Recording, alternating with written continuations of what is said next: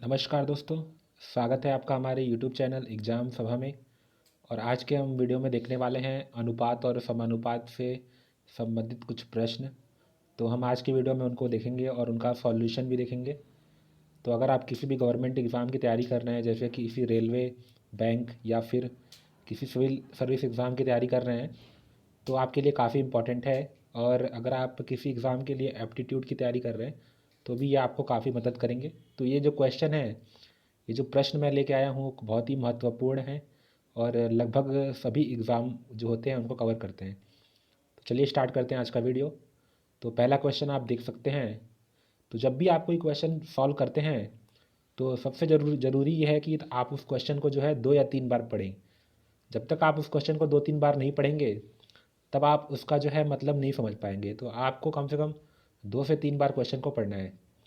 तो पहला क्वेश्चन क्या है कि दो मछलियों का सम्मिलित भार 16 किलोग्राम है। तो दो मछलियां हैं जिनका कुल भार, सम्मिलित भार मतलब कुल भार 16 किलोग्राम है। यदि एक मछली का भार 10.5 किलोग्राम है, तो छोटी मछली के भार का बड़ी मछली के भार से अनुपात ज्ञात कीजिए। तो पहली बार जब भी क्वेश्चन को पढ़िए तो एक बार में पढ़ लीजिए। उसके बाद जब दोबारा पढ़िए तो उसको समझने की कोशिश कीजिए। तो यहाँ पे दिया हुआ है कि दो मछलियाँ हैं और दोनों मछलियों का जो कुल मिलाकर भार है वो 16 किलोग्राम है। यदि एक मछली का भार 10.5 किलोग्राम है, यानी कि जो दो मछलियाँ हैं उसमें से एक मछली का भार 10.5 किलोग्राम है, तो कुल का 16 है। और छोटी मछली का जो भार है वो कम होगा और बड़ी मछली का भार ज़्यादा होगा। तो चूंकि ये 10.5 किलोग्राम जो आपको मछली का भार दिया गया है, तो आप देख सकते हैं कि 16 किलोग्राम में अगर 10.5 किलोग्राम एक मछली का भार है, तो दूसरी मछली का भार जो है इससे कम ही होगा। आप ये देख के अंदाज़ा लगा सकते हैं। तो आपसे पूछा क्या गया है कि दो छोटी मछली के भार का बड़ी मछली के भार से अनुपात ज्ञात कीजिए। तो सिंपल क्वेश्चन है, चलिए इसको देखते हैं कैसे करेंगे। तो यहाँ पे जैसा कि आप देख सकते हैं मछलियों का सम्मिलित भार कितना है, 16 किलोग्राम, यानी दोनों मछलियों का मिलाकर भार है 16 किलोग्राम। अब एक मछली का भार दिया गया है 10.5 किलोग्राम। तो जैसा कि आप जानते हैं कि जो बड़ी मछली है उसका भार ज़्यादा होगा, तो बड़ी मछली का भार हो जाएगा 10.5 किलोग्राम। अब दोनों का भार 16 है, तो छोटी मछली का भार कितना होगा, तो कुल भार माइनस छोट बड़ी मछली का भार। तो 16 में से अगर आप 10.5 को घटा देंगे तो आपका 5.5 किलोग्राम हो जाएगा। अब हमको छोटी और बड़ी मछली दोनों का जो है भार पता चल गया है। अब हमको निकालना है अनुपात दोनों का। तो अनुपात निकालने के लिए हम छोटी मछली का भार और अनुपात बड़ी मछली का भार, इसको हम रखेंगे। तो छोटी मछली का भार 5.5 किलो है और बड़ी मछली का भार है 10.5 किलो। तो हम क्या करेंगे कि ये 5.5 और 10.5 है, तो आप जानते हैं कि कोई भी अनुपात दिया होता है तो उसको हम भिन्न के फॉर्म में लिख सकते हैं। भिन्न के रूप में अगर हम लिखते हैं तो 5.5/10.5, और ऊपर नीचे दशमलव एक स्थान पे है, तो हम 10 से गुणा करके उसको जो है पूरा पूर्णांक बना लेंगे। तो 55/105 हो गया। और फिर जब हम इसको मतलब सरलतम रूप में लाएंगे, तो 5 से ऊपर और नीचे दोनों जो है भाग चला जाएगा। तो अगर आप 55 में भाग देते हैं 5 से तो 11 आएगा, और 105 में भाग देते हैं तो 21 आएगा। तो इसको हमने सरलतम रूप में निकाल लिया। तो आपका जो उत्तर होगा वो होगा 11/21। अब जो आपका भिन्न है उसको हम लिख लेंगे अनुपात के रूप में। तो 11/21 जो है आपका उत्तर होगा। तो छोटी मछली और बड़ी मछली का भार का अनुपात कितना हुआ, 11/21। अब हम चलते हैं ऑप्शन देखते हैं कौन सा है। तो इसका ऑप्शन आपको पहला वाला जो ऑप्शन दिख रहा है वो आपको सही लगेगा। तो ये आपका जो है पहला क्वेश्चन था। चलिए अब अगले क्वेश्चन पे चलते हैं। ये काफ़ी मतलब सरल क्वेश्चन था। अब हम थोड़ा जो है क्वेश्चन का लेवल बढ़ाते जाएंगे, ताकि आप जो है बेसिक से स्टार्ट करके आगे की ओर आगे बढ़ेंगे।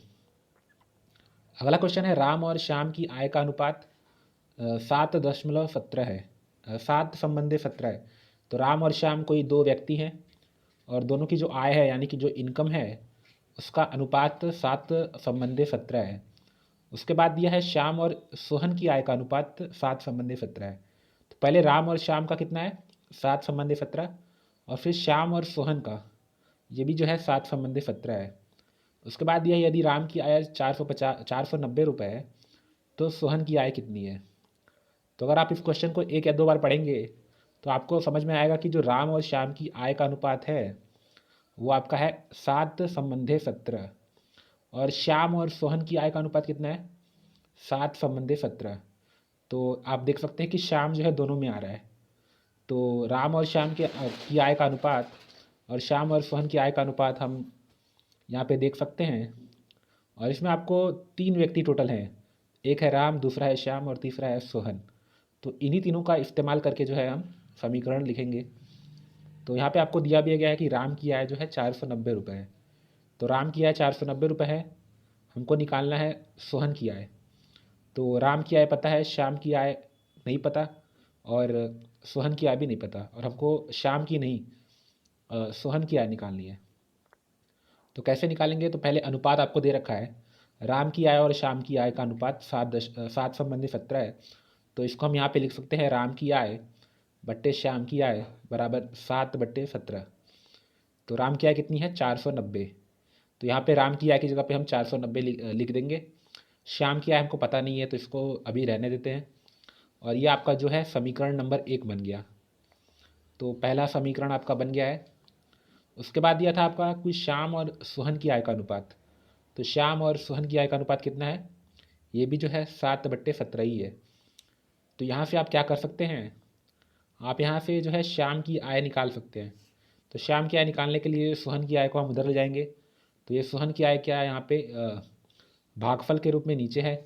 तो इसको जब इधर ले जाएंगे तो ये गुणे के रूप में बदल जाएगा।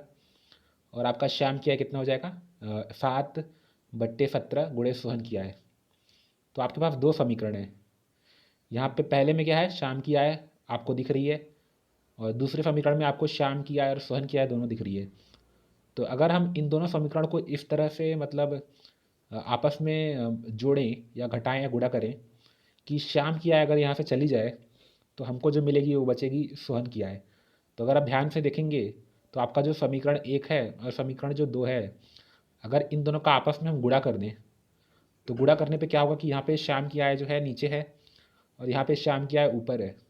तो ये जो है कट जाएगी। तो यहाँ पे अगर गुणा करते हैं तो यहाँ पे देख सकते हैं आप, आपका जो बायां तरफ है, बायां तरफ में आपका श्याम की आय जो है कट जाएगी। तो गुणा करने पे 490 आएगा। दाएं तरफ अगर आप देखते हैं तो 7/17 का गुणा करेंगे हम, 7/17 गुणे सोहन की आय। तो आपका यहाँ पे दायां पक्ष ये दिखेगा आपको। तो इस तरह से आपका जो है समीकरण गुणा करने पे ऐसा हो जाएगा।